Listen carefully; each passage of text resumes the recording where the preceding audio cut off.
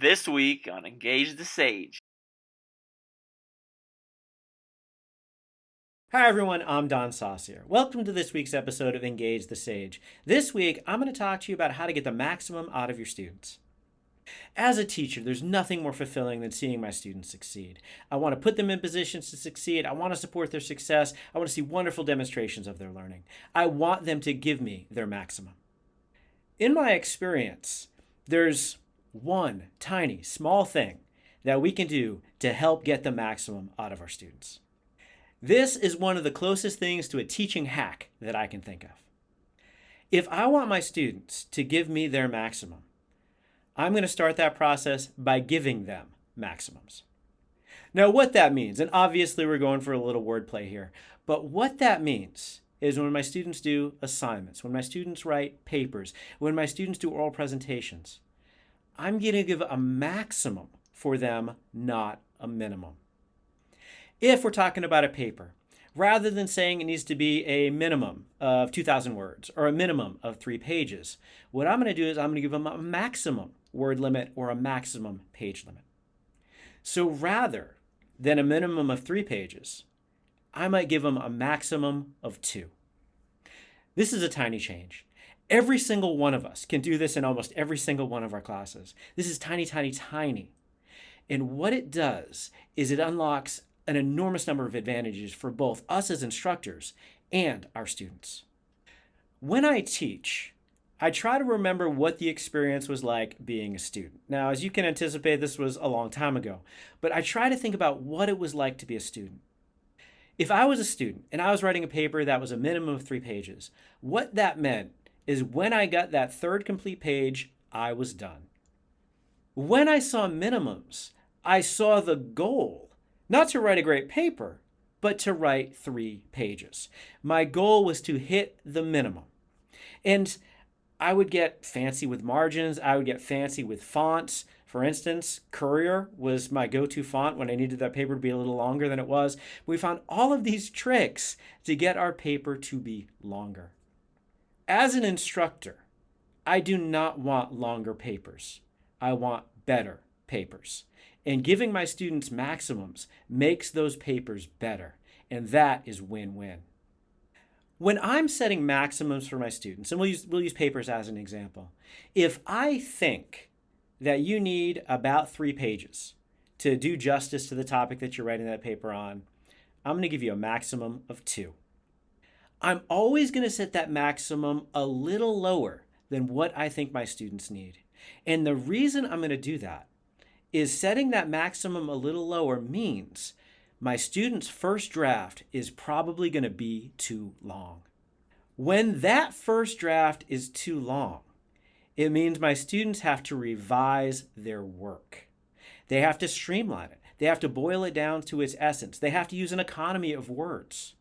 They have to, in essence, write a better paper. When your students, and when my students, submit their second draft, not their first, they are going to do better on that paper. In order to shorten that longer draft, my students have to think about what's important. They have to consider the rubric that I'm going to grade their paper by. They have to consider the importance of the information. There is no fluff in that shorter second draft. Now, for a second, think about what having a second, shorter, streamlined, more boiled down to the essence draft means for you and your students. First, the paper's gonna be better. The students are gonna come closer to achieving what you wanted them to achieve on that assessment. One of the truths about being a teacher is better work is easier to grade and provide feedback. You're gonna be grading better work. When your students pass in better work, they get better grades. This is a good thing. The whole purpose of our endeavor as teachers is to support our students' learning and their success. By putting them in a position where they need to revise their work and pass in that second better draft, we are doing just that. Having our students truthfully and rightfully earn better grades is also going to reduce conflict with our students because they're going to get better grades and understand that they are learning what they wanted to learn in our class.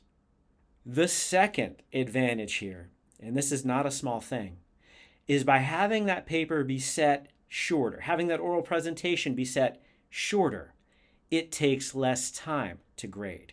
You are literally reading fewer pages, fewer words, watching fewer minutes of oral presentation. This helps you.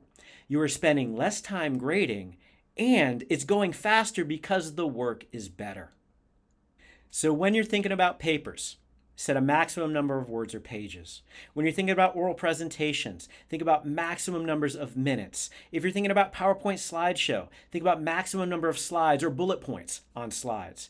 If you're thinking essays, maybe even go really small and do something like a 6-word essay, where students have to get really to the essence immediately of the point they're trying to make.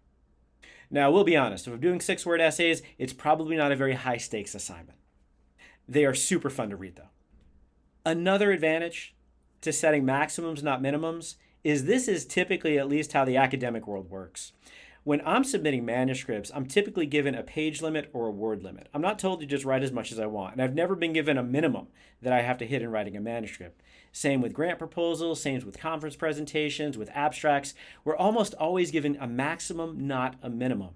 So especially for your students who want to go to graduate school and become academics themselves, this is job training.